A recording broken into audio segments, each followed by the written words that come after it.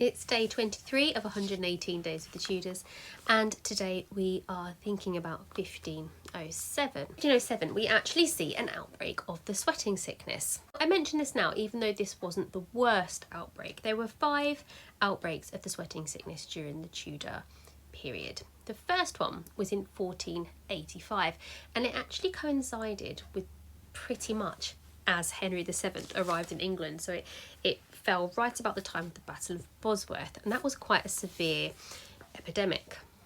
The one in 1507 isn't as bad as that, and then we have a more severe one again in 1517. So what was the sweating sickness? Now the symptoms are described by somebody who was actually writing at the time, who wrote around the last epidemic, somebody called John Caius, who wrote a book in 1551 about this, and he describes the symptoms as beginning with a severe sense of apprehension. Starts with coldness and shivering, much like the flu, and then we get giddiness and aching limbs. There's also pains in the neck and the shoulders. So but after that cold period, which can last 2 to 3 hours, that's when the intense heat and sweating begins. And Caius also described that there would be an irresistible urge to sleep, but you shouldn't be allowed to do that because sleep could be fatal. Now, there was a big fear around sleep anyway in fatality at this time, so I'm not surprised that they put the two together. Anybody was at risk of it. I'm just going to read the quote here from Caius describing how anybody could catch this.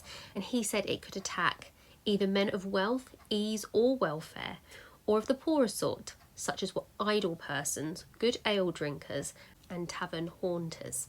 We know this kind of disdain for idle persons, so keep busy or the sweating sickness will get you. There was, however, a suggestion that this was a disease that predominantly attacked the rich, and it was given some sarcastic names by the poor to try and poke fun at that, one being Stop Knave and Know Thy Master, which is quite a long nickname for an illness, and one called Stop Gallant. Now perhaps the most interesting thing about the sweating sickness is, even though we've got accounts of it, we know it happened 5 times during the Tudor dynasty, and we know that it had a mortality rate of between 30 and 50%, we still don't actually know what it was or where it originated from. So 1507, outbreak of sweating sickness.